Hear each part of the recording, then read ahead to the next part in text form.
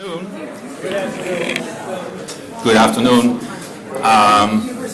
At the request of our audio specialists, everybody who is up here during this session of the Senate, please use the microphone. That way people who are listening from remote locations can actually hear us and let alone understand us.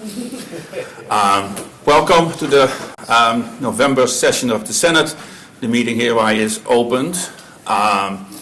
Thank you for approving the minutes electronically, item number 3 on the agenda, which means that right now we'll move right away to Catherine Maddock from Information IRT, who will talk to us about an SAS migration that is about to happen, for which she is trying to get the word out in every way possible. So I offered her the microphone.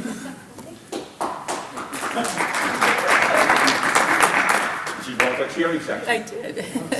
Yeah, I appreciate Ludo giving me the opportunity to speak. I'm trying to pursue more avenues than email. I know we all get inundated with so many communications that I'm trying to get out in front as much as possible about this migration. So our Blackboard, it's a quick talk about our Blackboard Learn environment. It's our learning management system that we use at Drexel University, and we're going to be moving it to the cloud, which is a big undertaking, and I wanted to give you some background on our environment and then discuss what it means to be moving to the cloud and answer any questions that you have.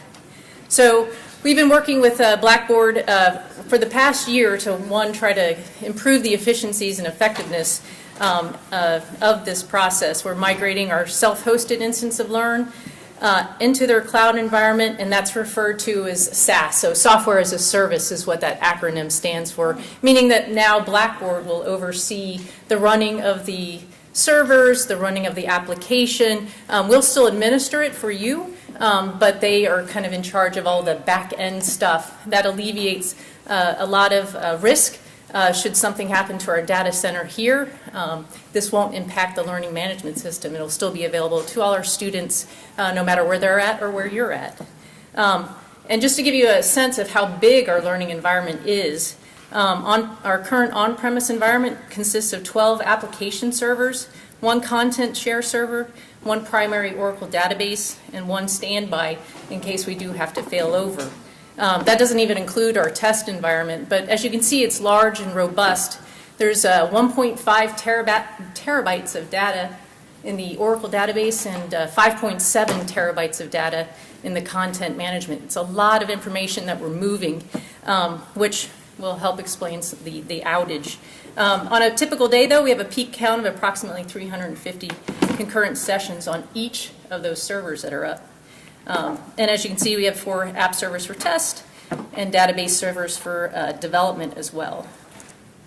So in order to move this, it's quite a bit of data, and we're moving it into their environment and also upgrading it to the latest and greatest version. In order to do this, we are bringing down the system at 2 p.m. on the 20th. It's a 7-day outage. Approximately. We've actually shaved off a whole day working with them to try to improve some of their methodologies. And again, it involves upgrading to the latest version. All the content will then be available in the cloud. As far as you're concerned and the students are concerned, there's really no change. The URLs are the same, every access is the same, it's just where it's living will change. To help introduce those new features and just to keep track of the status as the migration's going on during the break. We do have a URL that you can go to. It went out in an email, I think on November 13th, and I think the slide deck will be sent around. I've also been working with Antonis to send this information to all the department heads so they can share as well. And in addition to explaining the features and functionality and the status, we're offering 3 classes. One's tomorrow, I believe, at different times. They're each on a, what's today, Tuesday? So Wednesday. They're each on a Wednesday at different times, so we're hoping to accommodate faculty hours. And if one of those don't meet your needs and you'd like to have a session, you can certainly reach out and we can schedule one that's at a different time. And those will be in Corman, which now you can walk in the front door. We're very pleased about that. It's quite beautiful. So Corman 111, so you can explore the new space while you're there. Yes?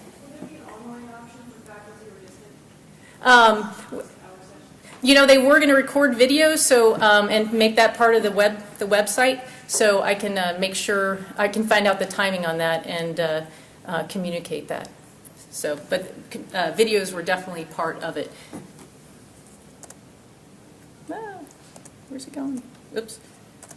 I guess that's my last slide. So yeah, I can actually click out to the site just to give you a taste of what it looks like.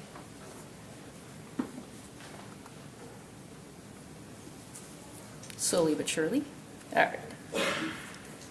So this is the information so far. Got the workshops going. And then, come on, scroll down. I can't seem to scroll. There we go. And then there's highlights of there's a login page redesign. There's some information about the way the header is going to look. Just different, there's some cosmetic changes, not functional. But then there are different aspects about submission where it's just a different look and feel. And so we wanted to make sure that you had an opportunity, if you can go to the classes or at least go here to see what that look and feel is like. The upgrade really doesn't have a great big impact, but it is the latest version. Yes? How are the students being informed of these changes? So again, we've emailed. We also with Antonis, the message boards that are throughout the university. We're putting up a blurb about that, including this link. The Blackboard, when you land in Blackboard in December, we'll add an announcement so they're aware, and we'll also be doing notifications in Drexel One and the Drexel One mobile. So they will have announcements there that hopefully they read. They usually interact with that a bit more than email. That's the worst way to get a hold of them, that's for sure. Yes? So if it's being moved to a cloud server, do we have to log in if we're off campus through VPN Connect or anything like that, or is it still? It'll still be exactly the same as it is now, so it'll be single sign-on. You use the same credentials that you have now. So, yeah. And then for those, I don't think it impacts anyone here, but especially when we're doing testing, we have to create fake accounts, if you will. There's a mechanism that allows for that. So if you found yourself in that kind of situation, that will still be supported as well. Yeah. Hey, thanks. One concern my college has had is with the rolling archivals of data. The annual, our particular problem is it puts us out of regulatory compliance. So we had some issues when that came about. And so I was wondering, with the increased storage and moving to cloud, do you think, or are there conversations about, increasing the archival period, the storage period? So the 5-term period that we can certainly discuss that. I mean, I was unaware that there were issues that was introducing, so we can certainly have that conversation. Oh, I love that. Thank you. But yeah, there is more storage, and we were very aggressive archiving this year in particular because we were trying to get the data set as small as possible to increase the efficiency. That makes a lot of sense. Yeah. Okay, thanks. Catherine, the archival period remains 7 years, right? If we live in the system period, it's 5 quarters. Correct. So in the system, it's 5 terms. If you need it, we restore it. So there is a process. It's not immediate, but the information and data is still there. That's correct. Regulatory compliance or dispute resolution capability. If someone said, I need to look at a course from 6 years ago, we can do that. Yes, that's true. So yeah, we We can. can today, and we can in SAS. Correct. Kevin, then Frank. But I'll second the keeping things live longer because, we have courses that run once a year and we have sequence courses that sometimes a student takes the first one and doesn't take the second one until a year later. Mm-hmm. And we'd like them to have information, available. And so this is sometimes problematic.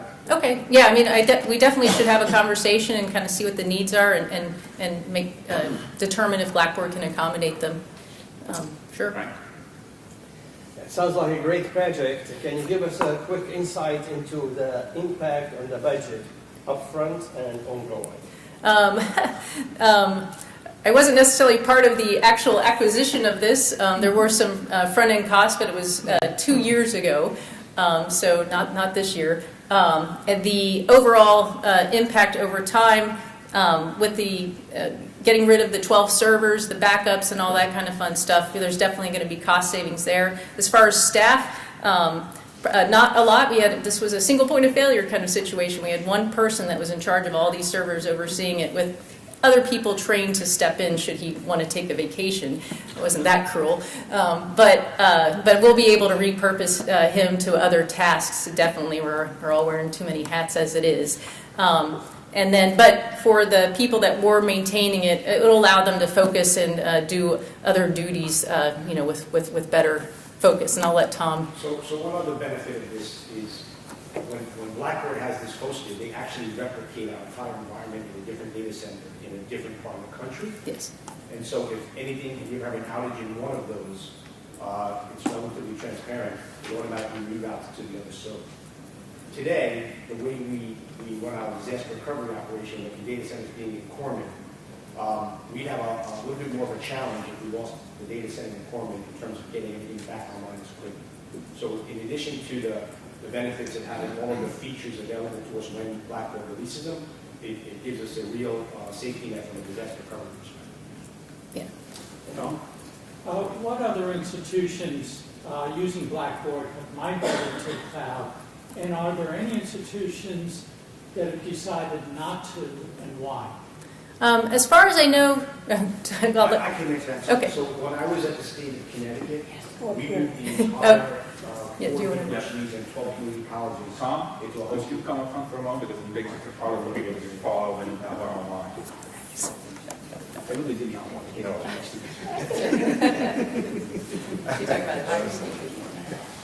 You could talk about that. So I have personal experience with it. So in Connecticut, we had 4 universities and 12 community colleges that we migrated to one instance of Blackboard in the cloud. So it was about 100,000 students, and it performed very well. And we did it for the same reasons there as we're doing here, is really from a DR perspective and giving us the ability to get the latest and greatest features of the LMS as they become available. Does that help? I'm not sure that answered the question. The question is how many institutions use Blackboard across the nation? I mean, I can find that out and follow up. A large amount. I don't know the number. So I'm just wondering, what are our peers doing? I understand about Connecticut, but that's just a single instance. What's the national trend, and how's it working? And are we out on the cutting edge of this, or are we sort of in the middle of the pack? Or So I don't have the exact numbers and figures, but we can get them. What I can tell you is the trend is more and more moving out into a hosted environment for this type of service with the LMS. We are not on the cutting edge of this. We're probably somewhere in the middle. So there are some people who are lagging. There are a lot of people out in front of us. But we'll get you actual numbers. Yeah, and real fast, last year was a big move for a lot of schools to move to the cloud environment, and then throughout this year. So we're probably about the middle of the pack. We like to let other people explore the issues so that we have a stable experience. One school in particular I know that hasn't moved yet is Purdue, and one reason is they're just balancing a lot of things between Banner and other systems, and this is on the list, but most people that haven't gone, the ones that I've spoken to, it's just not because they're not going to, it's a matter of when. Joan, then Don. Okay. Kenneth, Walter. I'm going to try to do this without coming up front. I'll just repeat you. The next version of Blackboard is only available in the cloud. Yeah, that's true. So Blackboard is changing their environment so that if you want to move forward with what's called Ultra, which we will eventually, but not now, it is only available to customers in the cloud, which is what a lot of software companies are doing. Pablo is going to... I just wanted to share once again, without going to the front, as of April of 2017, Inside Higher Ed reported that there were 1,000 institutions in the United States using Blackboard. So Inside Higher Ed reported 1,000 institutions in the United States are using Blackboard. Okay, finally. Building on John and Frank, I understand the technical piece of going to the cloud, but another question about Blackboard. How long is our contract now with Blackboard, because although 1,000 schools may be using Blackboard systems, I know a number of schools that have moved away from it. Sure. Because Blackboard has not been responsive in changing the LMS. So it's that question of what's our commitment. Yeah, so this particular engagement was a 5-year engagement, which is the maximum we ever do with a company. And did that start 2 years ago, or is that just This starting year. now? Oh, it was last year, so we got Yeah, 4 years left. Yeah, we have 4 years left. Because that is... Because, our renewal was last year, and so we engaged in a 5-year renewal. And if you could check the information with them about the number of schools... Oh, absolutely. Yeah, they've provided it to me, but it's definitely out of date what I have.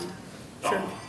I take it then that student information, performance data, grade books, et cetera, are now stored off-site in this cloud. Are there any security concerns? As part of the... Drexel as a hacking target is moderately attractive. 1,000 institutions as a hacking target is a heck of a lot more attractive. Oh, definitely. I mean, as part of the contract review and approval process, we did do a security review and a risk assessment with both internally in IT and then with the Ed Longalzo's group for privacy. And then OGC certainly introduced language to protect us should there be any kind of breach. It doesn't reach the level of PCI data or PII data, but yeah, but yeah. We have to trust in them, but what they did legally and in their security reviews was reassuring that they have their act together. But the other thing is they own the liability as well. So if there was a breach on the Blackboard servers, they would own the liability as opposed to Drexel, from a financial perspective. Are they required in the contract to inform us that a breach has occurred? Yes, yes. Other questions? Okay. Great. Thank you so much. Yeah, and thank as you. Catherine said, we'll get the slides and then we'll email them to you. That gives you an automatic link and everything else. And if you have questions, then either send them to the Senator's office or send them to Catherine. Thanks. Thank you.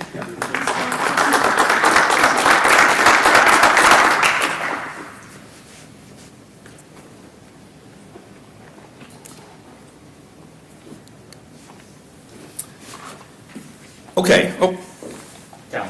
Agenda.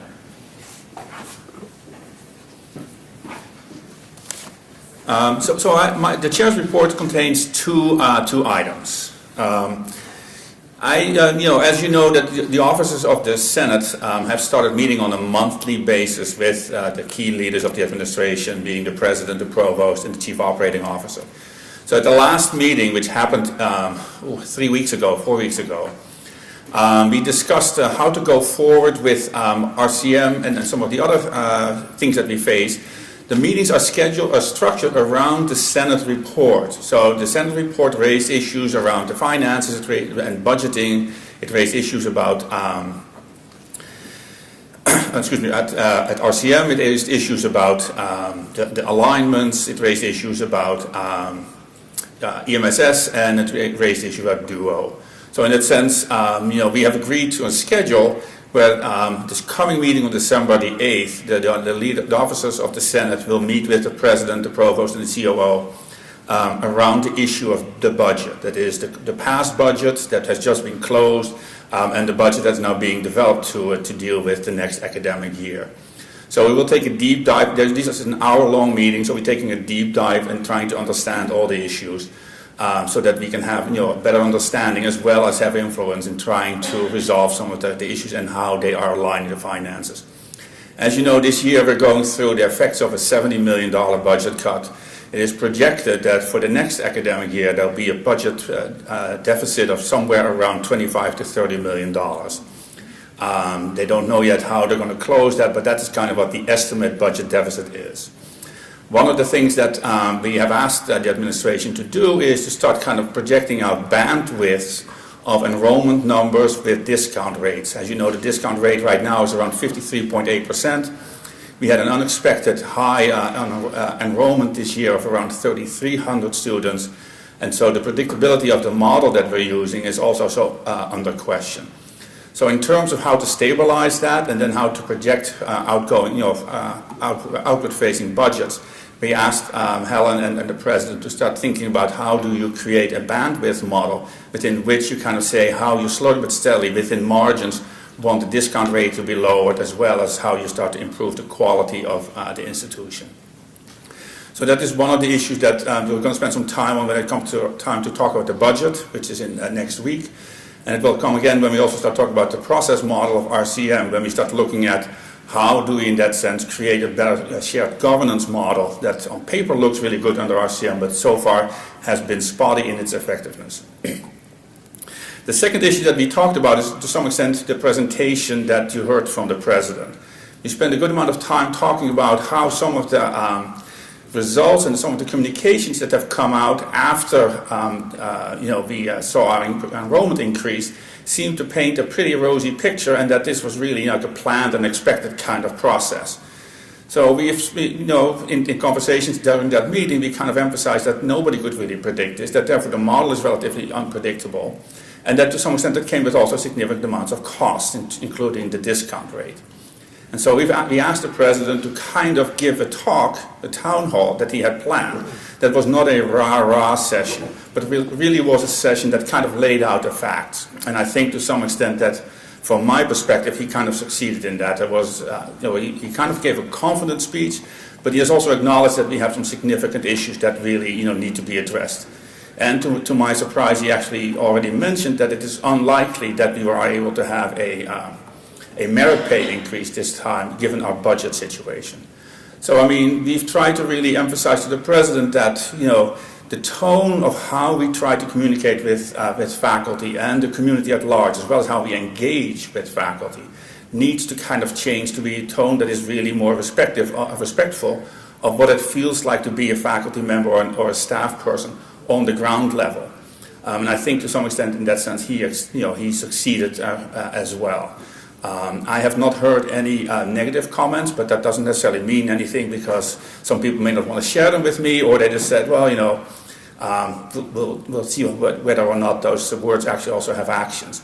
But I was at least somewhat cautiously optimistic that the President really got the message that trying to be too optimistic about these things is not a good way of doing it, given that that it produced to some extent a significant deficit.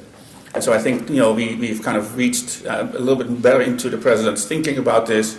And I will also say that Mark Freeman is now in charge of kind of looking at data and presenting data. So in that sense, the President in his presentation also used more kind of independently argued and curated data than that he usually only gets from enrollment management or other offices. So to some extent, Mark has kind of created a filter through which some of those data are being presented. So those are the two things that we kind of talked about for an hour long, and then the next meeting is scheduled for next week, and then in January we'll have the following meeting during which we'll talk about restructuring issues. So in the meeting for January we're going to be talking about EMSS and DUO as two issues that we've had as high interest areas for the Senate in the report, and so we'll start having discussions around that and what it should look like going forward for Drexel. Any questions? Eva. I also am going to see if I can manage to talk without a microphone. Yeah.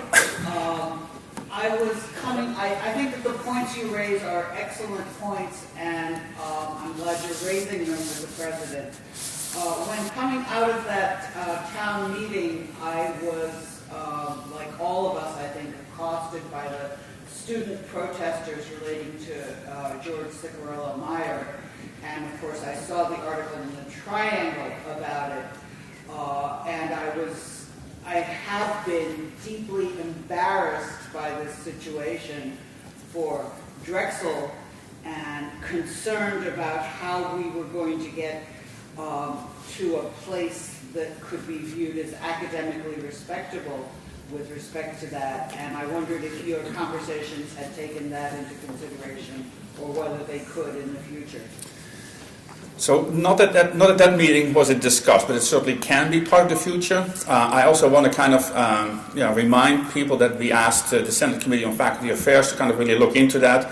And we know that they are forming or have formed an academic freedom subcommittee to discuss that. And so they will also in that sense address that in a more profound way than us in trying to 5-10 minutes as part of a larger conversation. It doesn't mean that we don't think it's not important, but since we've kind of delegated a committee of the Senate to really look into that, I'd rather wait to kind of then, with a report from them, to then also go to the president and say, and to the provost, to kind of talk about this issue in more depth. Yeah. John? We don't meet again until January, and I was just curious, how are you going to get the information that you get out of this meeting to the rest? No, the Senate meets in December. Okay. All right, so Yes. you'll be reporting on I'll be reporting on that meeting right away as well. And, even in the case if that wouldn't have happened, then I would have written a report to the Senate as well, and then we would have had the Senate meeting in January to discuss it. But there is a Senate meeting scheduled for December. Yeah. Other questions? Okay, then we'll go to the reports of the Senate committees.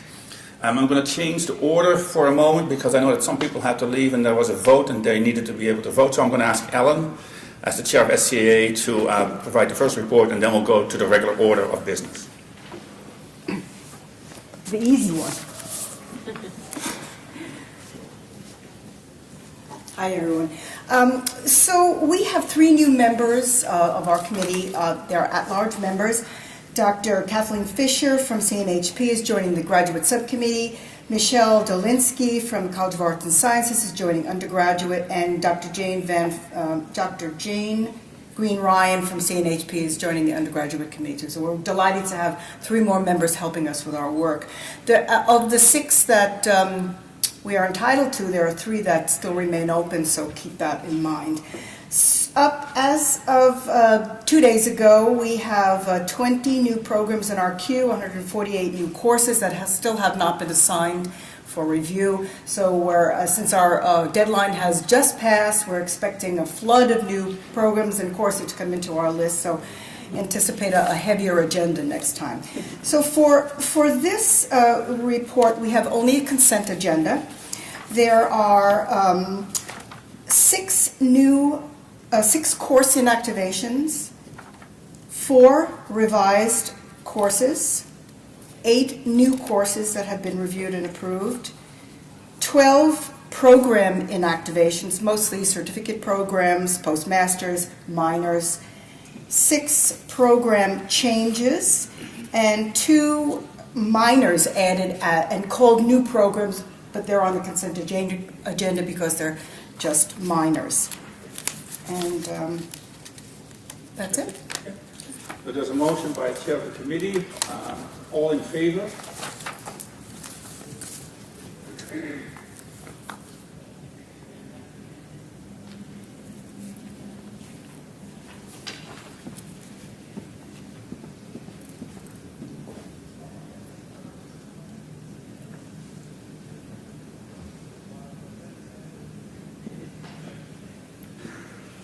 Any abstentions? Nays? Thank you so much. Thank you. Thank you, Ellen. The next person, back to the regular order, will be Joan with the nominations committee. No report this month. No report. Thank you very much. Next person is Don McEachran, Faculty Affairs.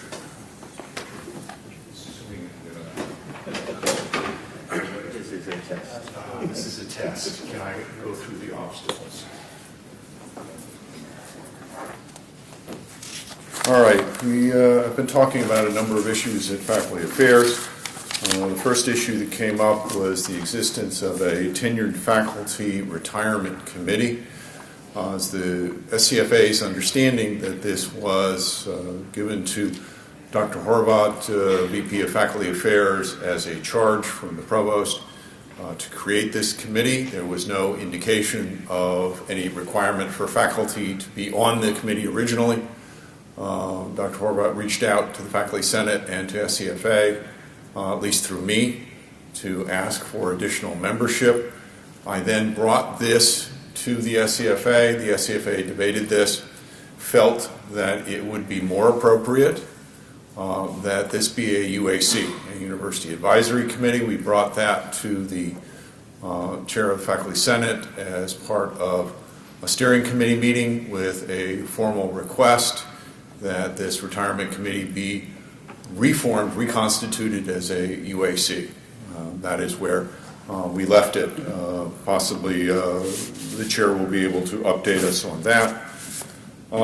The second item was the approval of the OED1 policy. SCFA, when it passed that resolution forward in the fall, had an oversight committee as part of the recommendation. The SCFA has not heard anything about the formation of the oversight committee to date. Again, I brought that to the steering committee, so the chair may have an update on that.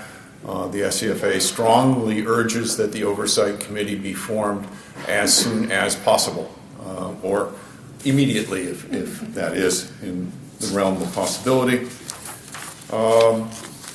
The SCFA discussed the existence or non-existence at this point of the University Advisory Committee on the Assessment of Teaching and Learning. This advisory committee was operational for 2 years. I was on this committee. It created a formal report, which it forwarded to the provost's office sometime late in the summer. We have not heard anything since that time.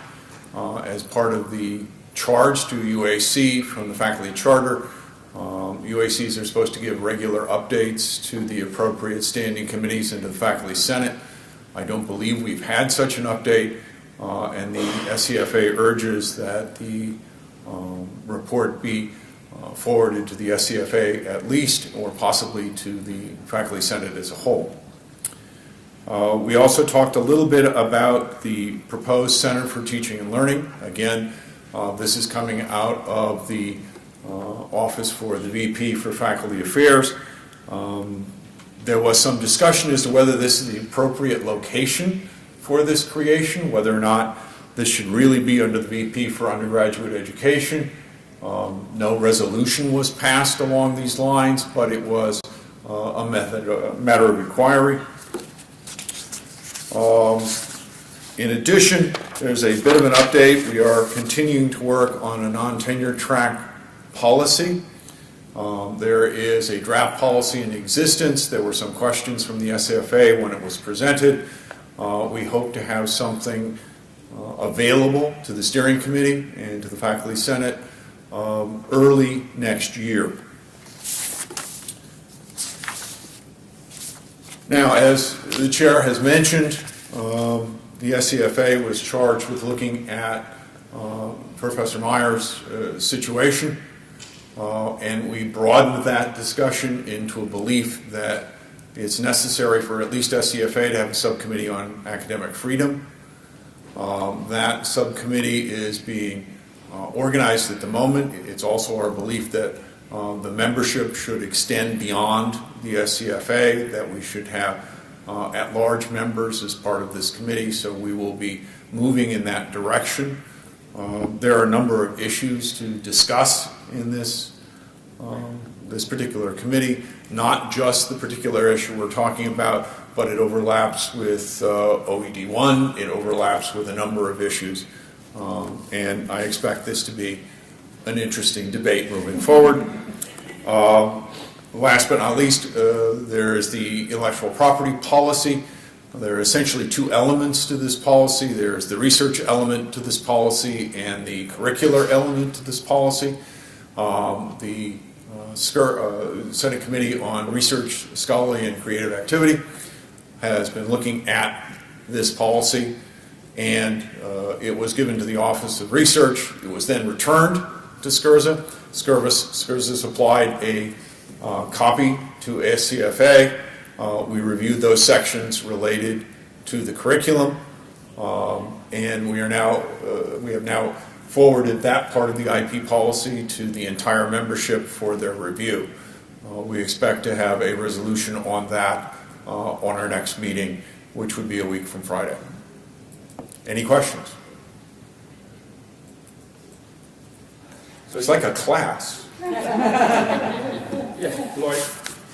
Just the subcommittee for academic freedom. Is that membership come just from through your committee, or will there be outside people? No, we want outside people. How do I put this? It's not clear to us how exactly the committee should be constituted, but this is an extraordinarily important and broad issue of interest to the overall Drexel community. and it's one where we think it should have a broad representation. Sorry, John? Now, It just seems to me, Don, that every college should be represented on that committee as a minimum. That's certainly a reasonable approach. Another way of looking at this, whether we want to generate this as a faculty-only committee, a combined faculty-student committee, should this be a UAC? We just want to move forward so that the issue doesn't go into the back burner until the next problem. John? And just a comment, I think it makes very good sense to forward the IP policy for review, but the SCFA had approved the section on curriculum. That's true. However, the research office modified those sections.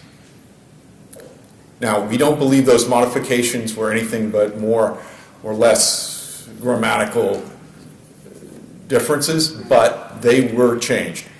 And so we felt that we needed to get approval, make sure that no one objected to the change in verbiage.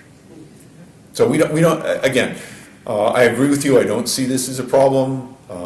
At our last meeting, those members that were present didn't see it as a problem, but we wanted to make sure that it's not a problem. Okay, all right, thank you. So I'll answer a few of your questions. Thanks, Don. You reminded me of a couple of the issues. So the OED 1 policy, indeed.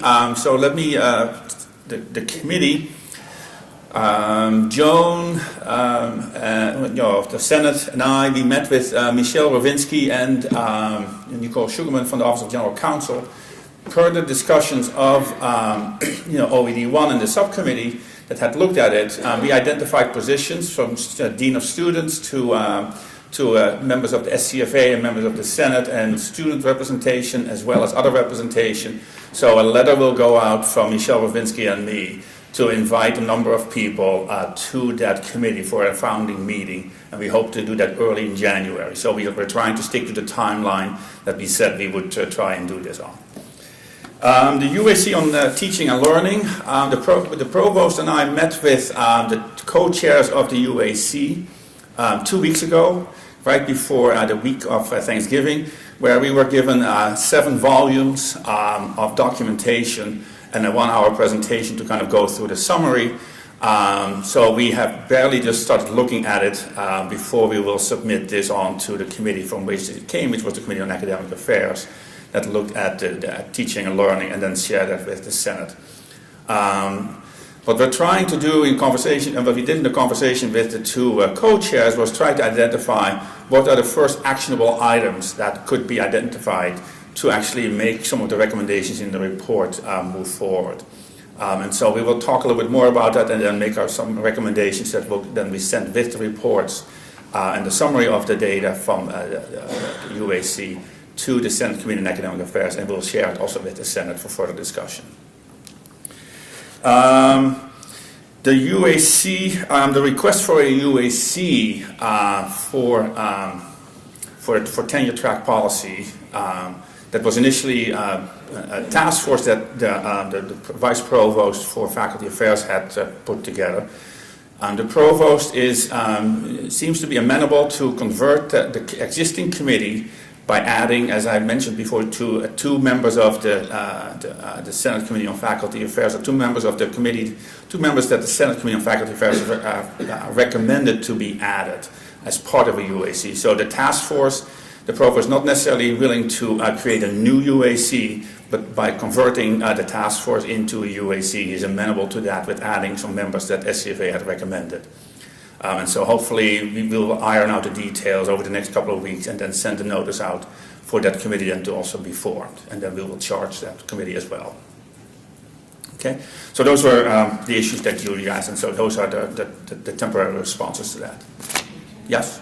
Can I make one recommendation? Sure. The UAC on the assessment of teaching and learning.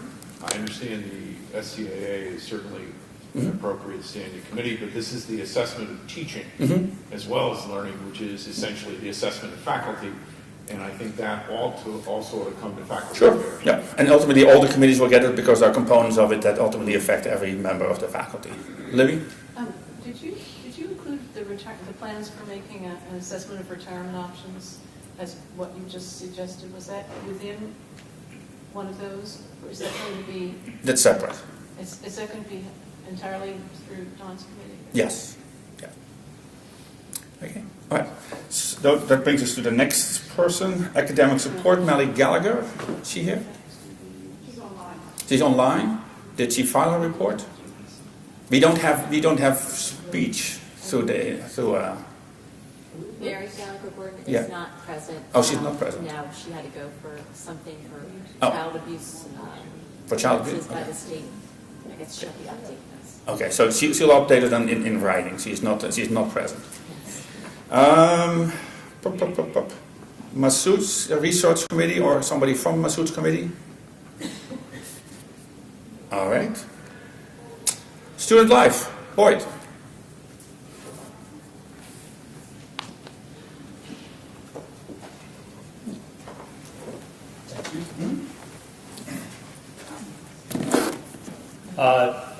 The Faculty Senate Student Life Committee met last week before the Thanksgiving holiday break, and we had a very vigorous discussion for a good solid hour with the Rebecca Wiedensahl from it's a very complicated, with 4 of her team.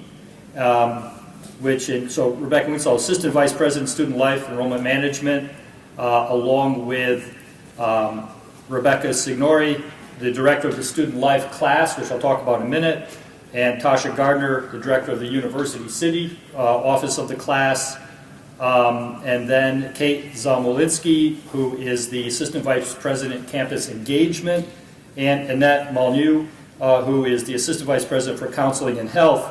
And we had about 10 of our own faculty members in the office, in the room at the time, and also about 5 people who are zoomed in, as they say. We had, again, trying to advance the mission of this committee, which is to find ways for faculty engagement with student life across campus. Our specific mission goal for this next academic year is really to try to understand the impact of the new large class on student life. And keeping in mind, it's really from our perspective. What is our engagement? How can we engage, benefit, improve, understand this impact?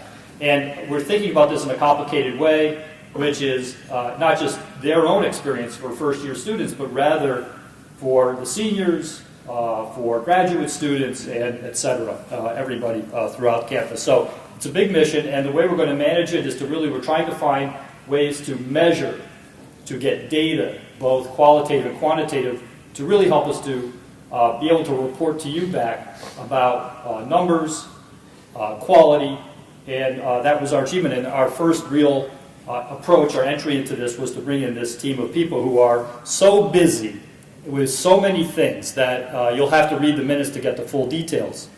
I would like to talk specifically that Rebecca Wiedensahl talked about veteran students, of which we have about 900 across the campus, and probably, as she said, Drexel is one of the top, if not the top, university for veteran services, recognizing the needs and addressing those needs of those students. So, but the class is the Center for Learning and Academic Success Services, is, again, engaged in many different, almost all aspects of student life, but really trying to understand how they can help student success. This includes first-gen gateway programs. They'll be organizing different, keep your eye out for notifications about these kinds of events, lunches and learns, and other programming that they're developing. This includes also probably one of the most important issues, and it was addressed in President Fry's town hall, which is student mental health. The way that, how can faculty, how can we engage, identify students in need, and then do we have the resources for sending those students to the proper places to get help? And you can just see it in a classroom setting. Do we actually have the ability? We're trying to understand how we can do that, and perhaps we could have another discussion, some campus-wide discussions about that. The problem is, as was raised in the town hall, is that the student health offices are overwhelmed. And President Fry said that was going to be a frontline project. How are we going to address those issues? But without any clear details. I think that we need, as faculty body, need to really follow up on that. How can we, as individuals in our classrooms or in our small seminars, understand the student experience and to find students who need help and get them to the right services? My own program, Emerging Scholars, a student came and did individual meetings. It's small enough I could do that. And he said he really wanted to get some help. And I said, well, come with me. We went to Crease, and I brought him to the office, and I said, here's a student who may or may not want to. And he said, no, I want to. When can I get an appointment? So he had this need and this interest, and he was open to that. But now I don't know what happened. And so my next step is to follow up. The picture you paint is not overly optimistic in that let's assume that and I think it's realistic, that the counseling offices, the student life is overwhelmed. The example you used is this of a student who was interested in gaining the help. And I would argue that for every one of those students, there are 5 or 10 who need the help but are not actively seeking it. And one could make the suggestion that you need to educate those students to provide a supportive environment so they believe they should get the help they need. But if one were to do that, and let's say my estimate, the small estimate is true, there are 5 times as many students who need help as are getting it, and the students who need help right now are overwhelming the system, then what are we going to do? We're going to throw a lot of money at the problem. No, money. So seriously, is it true that there are more students out there who want help and need help, serious help, who are not asking for it? Seems quite likely to be true, and we'll try to get those metrics. Second, the office itself says that, reported to us, that they find that there are many students who are needy. They have been raised, there are a generation of students, this is from them, that has been raised, and they feel like they deserve to be helped in these kinds of situations. The office is, and I want to be careful, the office says that they are trying to also help those students mature in order that they can solve some of those problems themselves while addressing the serious issues. So they're in a position to try to evaluate real need, which to me sounded like, oh, that's a dangerous territory. So there are more people out there who need services that are not available, and yet the office is there trying to evaluate this on the front lines. They don't have enough people to do it. I would like to know where you think, in your lives here at Drexel, your work lives here at Drexel, you might be able to participate in this process. John? There's, with this diminution of resources, can you get metrics on whether student success is being hampered and to what extent, and student retention is becoming increasingly problematic as a result of the lack of resources and lack of support? Are there metrics that exist now, and are there better methods of getting a true picture for those two aspects? Yeah, we asked about data, and which will be something we ask everybody, and they said there's no hard data now, but they have a survey set up that they can do this, and so I think in the next 6 months we will get that information, hopefully faster. I said 6 months just because of the pace of this committee meeting. I can contact Rebecca, and she will be coming to these meetings quite often, so might be able to also report on that, whether or not they can establish the data we need, can collect the data we need. Because it just seems to me as though the resources put forward are in direct response to student success and student retention. Right. At least I think you're absolutely right, and that's going to be the real key. It was mentioned in the town hall, wasn't it, that retention is going to be really how we measure the success of this class and of Drexel. And Now, I should say that student services and mental health are not addressed through a single doorway increase in a small office of people. It's addressed with all the programming that these offices help. It's through our classrooms. It's the work that we do. And so students have a much broader boundary by which they interact with staff and faculty here. So I think it's really up to us to keep an eye out for students in need. Don, Karen, then others.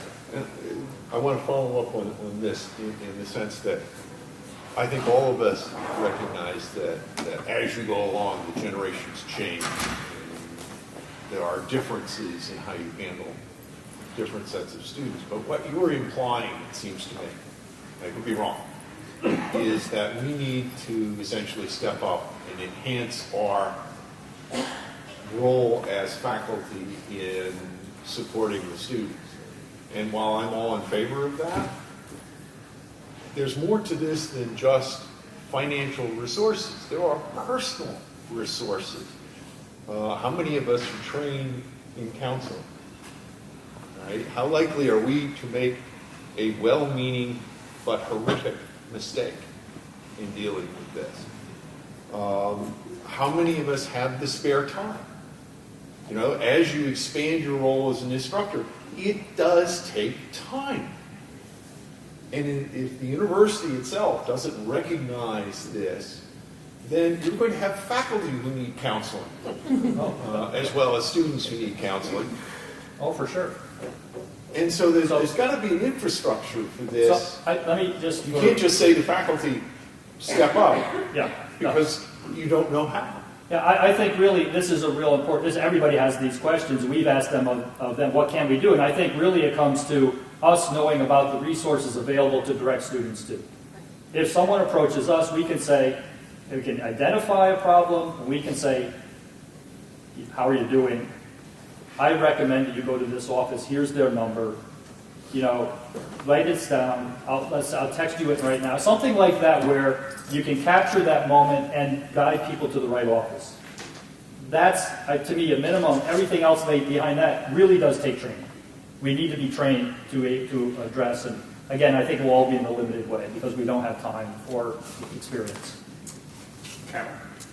I completely agree with both of you. It's very important that we're not trained professionals. I'm a nurse. I'm not a trained professional to do a mental health screening, counseling with any student. What we do is we refer to the counseling center for help. I have students online. I still refer them to the counseling center. I would like to know what are they referring out? What are they referring out for, and what are they handling there? So the other thing is I don't know how many students are taking Drexel Insurance. So if they take Drexel Insurance, what do we provide?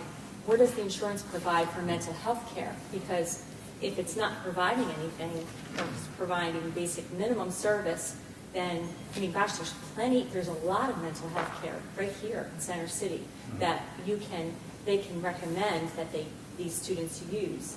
So it doesn't have to be all in the student center. It's referral based. So what's being referred, what's being handled there. So I think we have to take a deeper dive into that. For sure. Center. And conversations last year, these are continuations of those. If you take students who are in really dire need and have addiction issues and suicide inclination issues, and there are places to go, but then again, they do cost money, and they are oftentimes outside of their medical insurance, and so it becomes prohibited.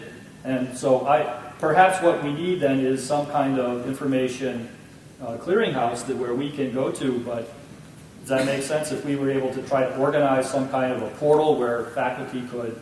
Yes, and there's services here where I don't know if everybody knows that there's a sober living house on campus. Right. So just even touching base into, that they have meetings for students. Oh, they have, You guys speak up. they So- have so- meetings for students. So let you me know, just in say that there are student living. services on So- campus, the Sober Living House and others, Yes. and meetings that people can go to, but how do we get that message to the students? Exactly. How do we learn about them? How do Yes. we take the message from here and go to our caucuses and have then all the Right. faculty at Drexel know these? This is a huge, again, I say, throw money at the issue. Alyssa? I guess my question is, were they talking about any efforts to increase services without increasing costs, like by having students have peer-to-peer counseling or, taking advantage of the student by themselves? Because our classes are growing. I have fewer TAs, so if there are ways that I can have more student contact with students, because I can't talk to 120% every quarter, is there a way that they're looking into that as a lower cost option to be able to support more students? It was mentioned in 3 or 4 of the programs, so I will say that, yes, and many more ideas. These are very talented, committed staff members at the university, and they have teams working with them.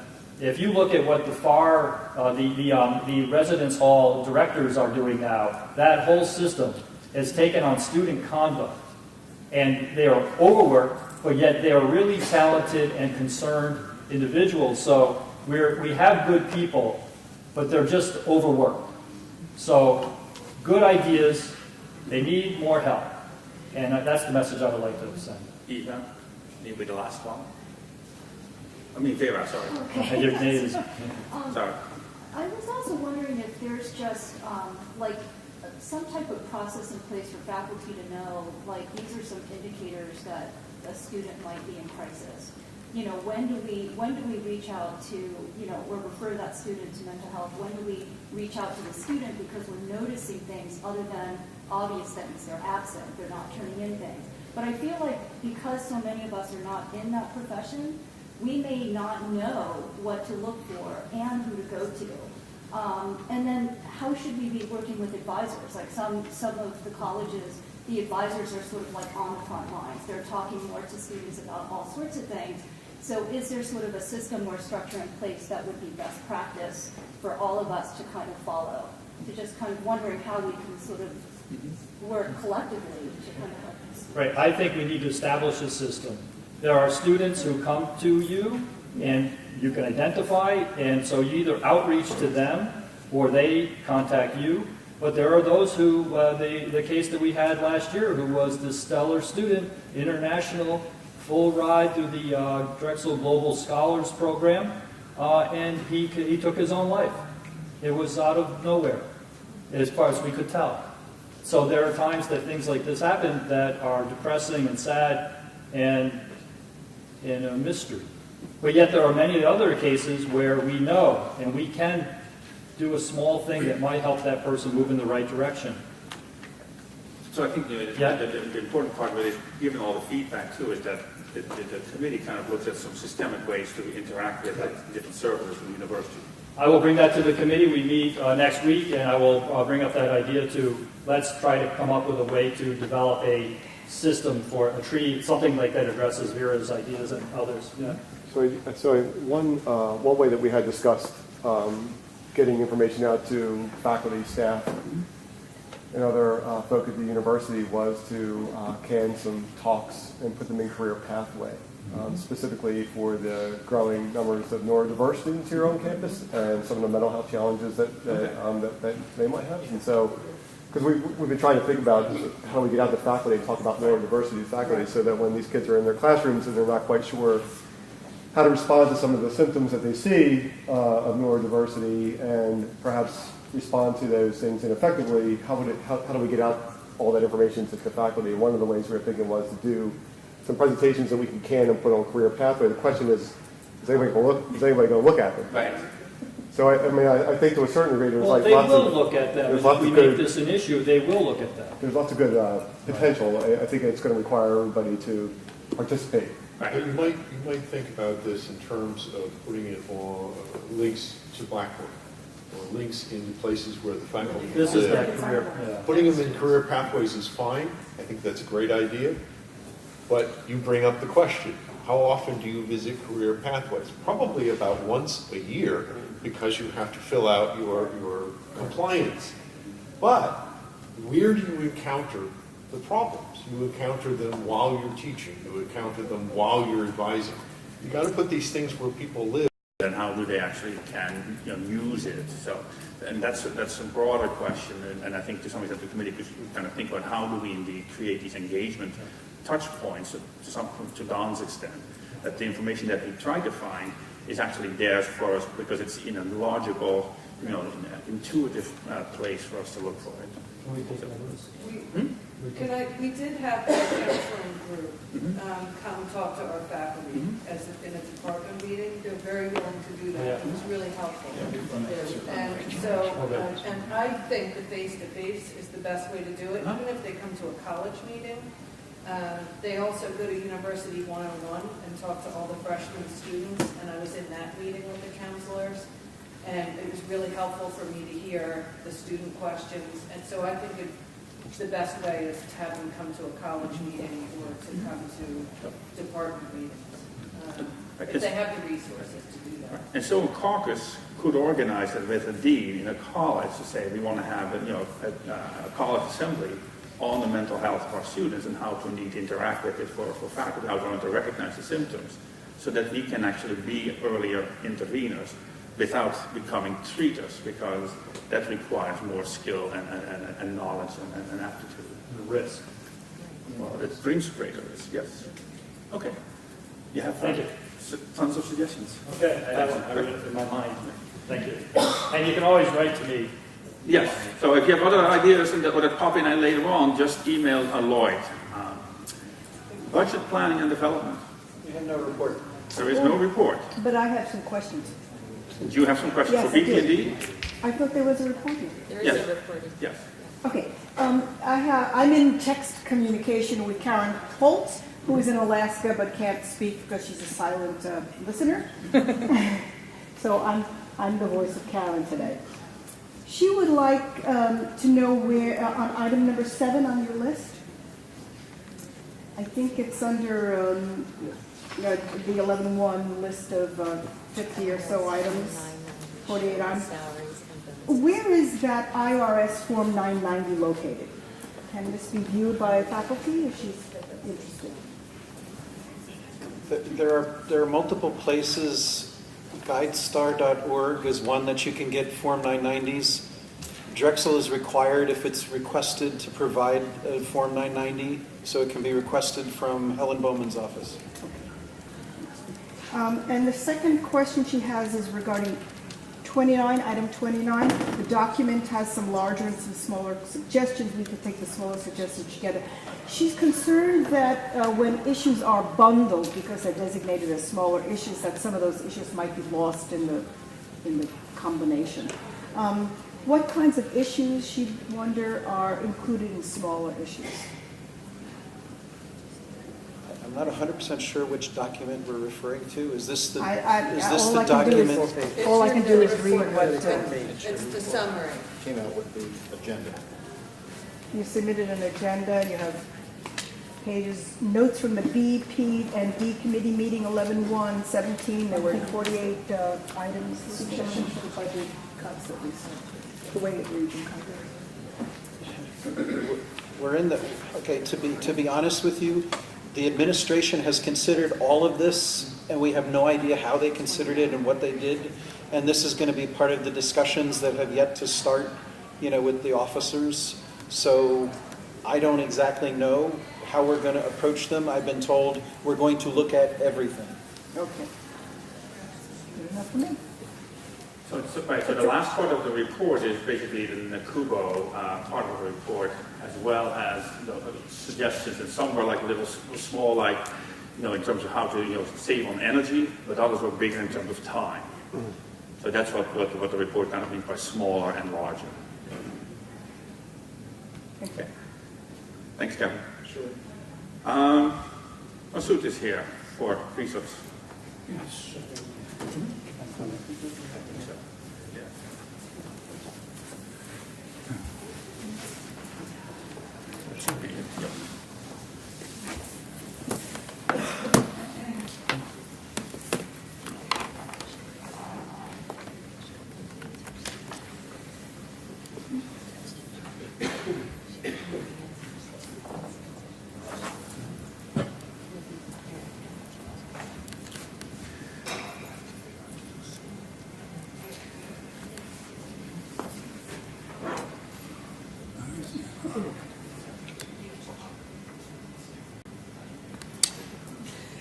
Okay, so this is report from our October meeting.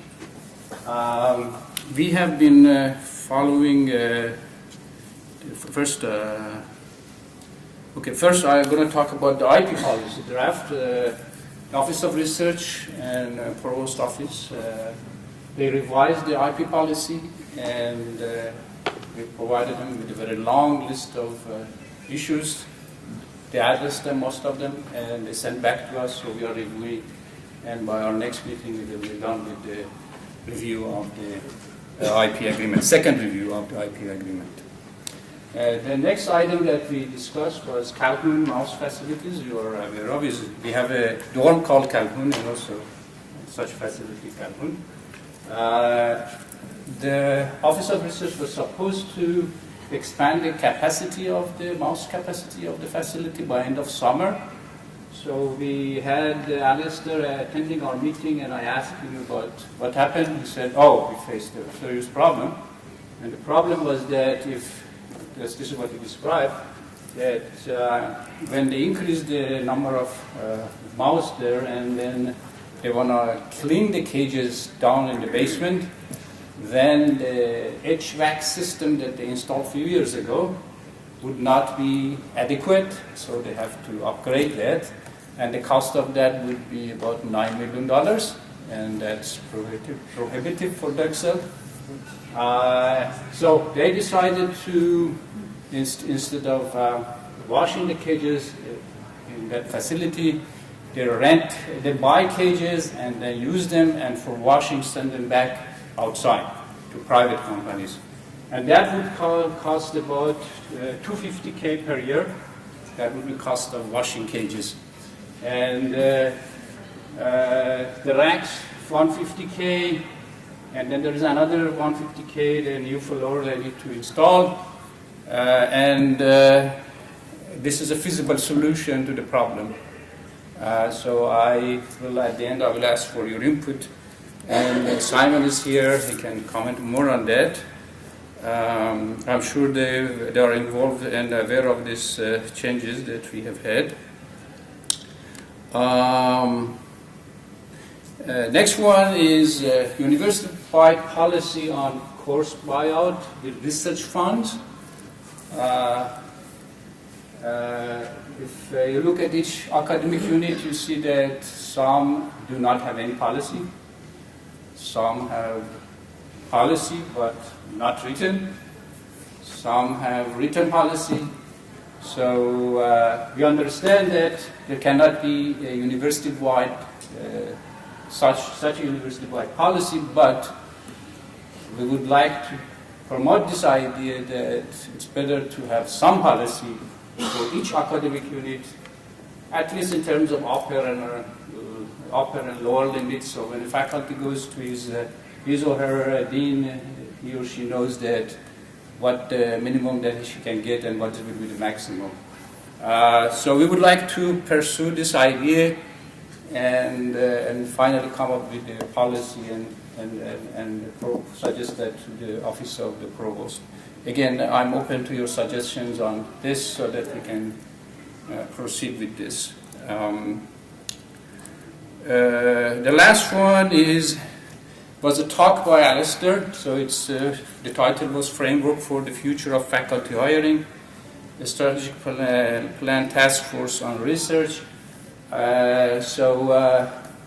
This is primarily for fundraising, but at the same time to strengthen 4 core areas at the Rexel for future funding. So one of them, I remember, is smart infrastructure, and the other one was related to health. So there were 4. So I really do remember these 3. But the idea is to strengthen 4 core areas and invest on in terms of human resources. That's all. So I'm open to your questions and suggestions. Yes. And these are questions from SEFA. Yes. So, at least one of our members suggested or indicated that there was a loss of the IACA administrator Yes, yeah, Do you know what the plans are to replace this person? No, I do not know. There was an email in that regard, I saw that. And there's also been, was the Calhoun facility cited for non-compliance? I know that a few years ago, yes, and once they, that was why they upgraded the HVAC system. So are we sure that shipping off the pages to be washed is going to be adequate for compliance? I do not know. That's a good question. Maybe Simon can comment on that. Okay. And the other thing, I guess this is a broader question, you may not be able to answer it, but while it's sitting up there staring at us, how are these task forces involved in strategic planning communicating to the rest of us? It seems to me that there's kind of a, this sort of happens. I mean, actually, if you go and take a look at the marketing for the institutional advancement, these areas are already out there, right? These strategic areas are being marketed. So, to a certain extent, we're now stuck because we're telling donors we're going to do this. I don't recall, and maybe I'm missing it, but SCFA doesn't recall this either, that there was a discussion among the faculty who have to deliver on this. We were not aware of what happened? this. So I was not aware of it, and we were not aware of it. So Alistair came and presented. So this is something I think that we need to, when the officers meet, these strategic task forces need to talk to us. At least to communicate in some way, because we're going to end up holding the bag with some of this stuff. And I'd like to know what's in the bag before I get handed it. So just a quick question for clarification. That is not an existing task force, right? It's one that's being proposed as part of the new strategic planning process that we're thinking about. no, the task force exists. Okay. They prepared that document, so that the presentation was the outcome of their deliberations. Simon. I wanted to comment on that.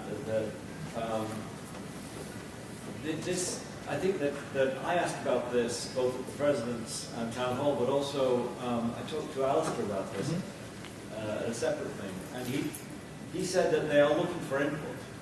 So I think, but it's definitely after the fact, as you say. And one of the problems is that institutional advancement looks at this as what can we sell, rather than what do we do. There's definitely a disconnect. So if this is part of the capital campaign, if they're already selling it, so if this is part of the capital campaign, then at some point during this process, we had input when surveys were done in terms of faculty hiring. Because I know there were surveys done about faculty hiring. So if this is part of the capital campaign. The thing is, Lula, this is research areas. Right. They're supposed to be playing to research strengths. Right. And the idea, as I understand it, is that you're getting money to endow professorships and studentships so that you reduce operating costs. Right. But you can't reduce operating costs if you sell people things we don't have, because then the only way to deliver is to provide new faculty. So, but I'll reach out to Alice to kind of get the report and see where that comes from. Kevin?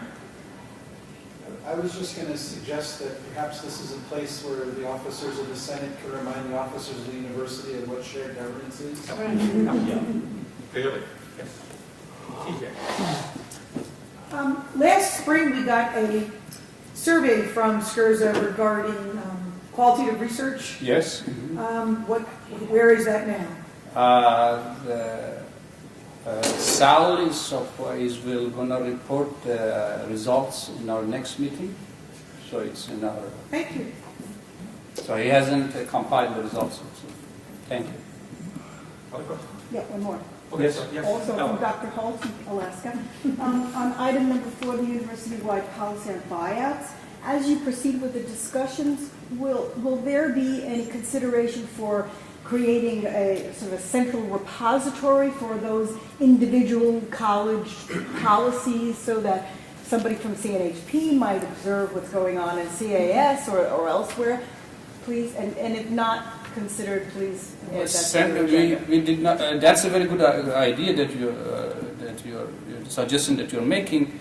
But the idea was that as long as it's up on web, then we can search and we can find, okay, this unit has this policy, that unit has that policy.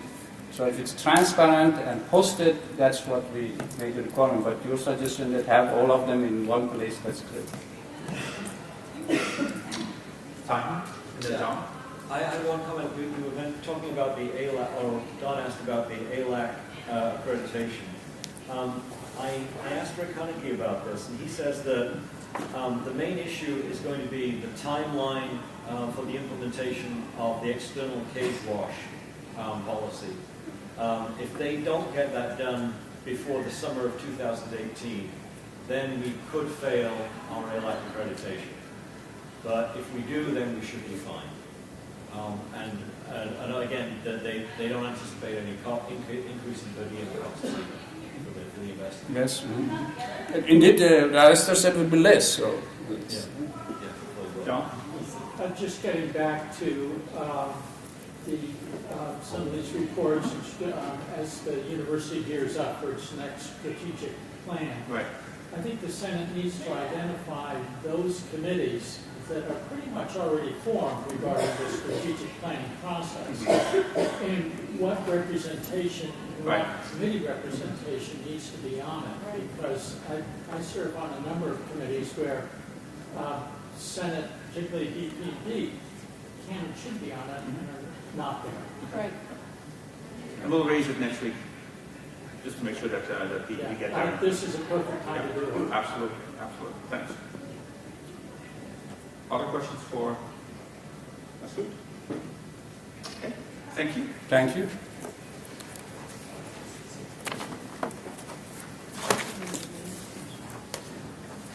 Okay, so new business is that the Senate meeting is on, the next Senate meeting is on December the 12th, at which point we can also report between the meeting of the officers and the leadership of the Senate and the leadership of the university. And a final note that going forward, the chair's position of the Senate will get the course buyouts from the provost. So there will be a budget item and a policy that comes with it that whoever becomes the chair, the provost will provide stipend support, financial support to the college that hosts the chair of the Senate to the tune of $6,000 per term to facilitate a course buyout per term for the Senate of for the chair of the Senate. The provost is putting that in the budget, and the policy with it will follow. It will start effective this coming January with the winter term, and generally it's for 3 terms. The money kind of goes to the college for discussion then between the dean of the college and the faculty member that is affected by it to work out the arrangements. And then the price has been set so that it can accommodate every college, because some colleges have stipends or have a course buyout that is about $3,000 for an adjunct, whereas other colleges have a buyout that is a stipend that is about $5,500 to a college for a one course buyout. So the provost is going to make sure that on an annual basis, the college that hosts, or to which the chair of the Senate belongs, will get those funds. And then it's up to the dean and the faculty member to work out exactly the details of what that number of buyouts is and how that is going to be transferred. So we've worked years to get this stuff done. It's even when Jonathan Auerbach was still in the Senate and in a leadership position, he's worked for it. For a long time we have fought for it and argued for it. And so Provost Blake agrees that, he did some work around to look at universities around the country. And apparently we are one of the few, actually, there are no stipends for the chair of the Senate. So he has instituted a budget item that pays that on an annual basis for 3 terms going forward, starting in January. So it is not retroactive. John? Have you done a calculation regarding how much time you spend as chair of the faculty senate versus how much you spend per course, and whether $6,000 is an equivalent? I have not, but I can tell you if I were to do that it probably doesn't get to that point, that there is an equivalence. Given the number of meetings that you sit in, that you attend, and events that you have to kind of go to, that are speeches and what have you, the preparation for Senate meetings, preparation for steering committee meetings, the follow-ups. I will say this, that a course buyout probably doesn't cover it, nor will it ever cover it. But I think at this point, we have a foot in the door. And then we can kind of figure out, okay, so what is the time commitment that a chair spends, and does that stand in proportion to a 3-credit course that somebody teaches? I would venture to say at this point, probably not. But I've not tracked it, but it's a good idea to kind of calculate that a little bit as much as I can, because it's a little fluid situation, right? But because I also show up, or the chair would show up as a faculty member, so for open houses and stuff like that, but that's not a program-related thing, so you kind of have to sort that stuff out. But yeah, I'm glad that he's recognized that there needs to be a course buyout, that may over time be not sufficient. But it's also to some extent what the dean and then the department, and then the faculty member can kind of negotiate within that. Yeah, but thanks for the point. And just a different point, it's very good that he's initiating it. Since the Senate now meets 12 months a year, why would it only be for 3 terms rather than 4? You initiated 4, we're meeting in the summer. Yeah. So I haven't been able to, he looked at an academic year and still thinks it's like the 3 terms. So trying to get him to think more broadly has been more of a challenge. Well, the people who teach 4 terms a year should let him know that the academic year is only 3. Yeah, I think we. Maybe you're on co-op. I am. It's a work in progress. Yes. But yeah, so he's aware that there are some things that still doesn't cover. Absolutely. So thank you very much. The meeting is adjourned. We'll see each other in December. So, Yes, it's 2 weeks.